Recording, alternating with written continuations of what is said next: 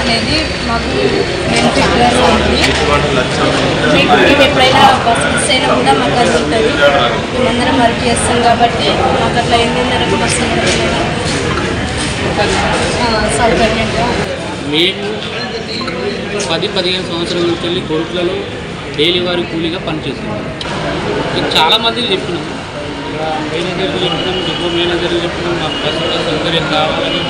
కానీ ఎవరు పట్టించుకోలేదు. 2020 కరోనా టైం నుంచి ఇప్పటి వరకు ఎవరు పట్టించుకోలేదు.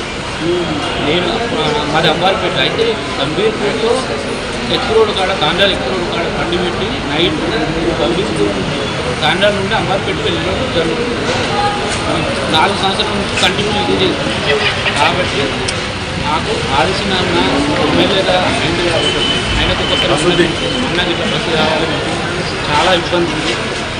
అంటే మాకని కాకుండా మిగతా జనాలకు కూడా ఎవరైనా హాస్పిటల్ పోతారు, జైత్యాలు కోరుకుని హాస్పిటల్ పోతారు, వాళ్ళకి లాంగ్ నుండి వచ్చే వాళ్ళకి కూడా వాళ్ళకి ఇబ్బంది జరుగుతుంది.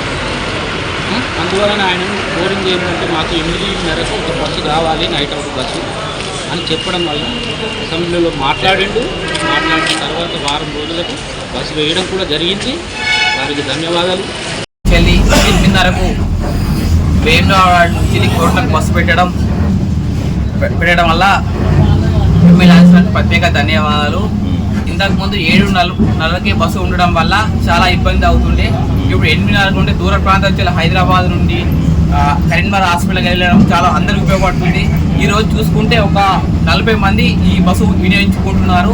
అందుకు ప్రత్యేక ధన్యవాదాలు శ్రీన్న గారికి. నమస్కారాలు. ఐరన్ వస్తూ దాంట్లో వచ్చినప్పుడు 7:30 బస్సు మిస్ అయింది. ఇప్పుడు 8:30 పెట్టడం వల్ల మాకు అందరికీ మామూలు ప్రయాణం కూడా మీకు చేసినటువంటి సేవలు మేము మర్చిపోలేము. కాబట్టి మెనీ థ్యాంక్ యూ అన్న.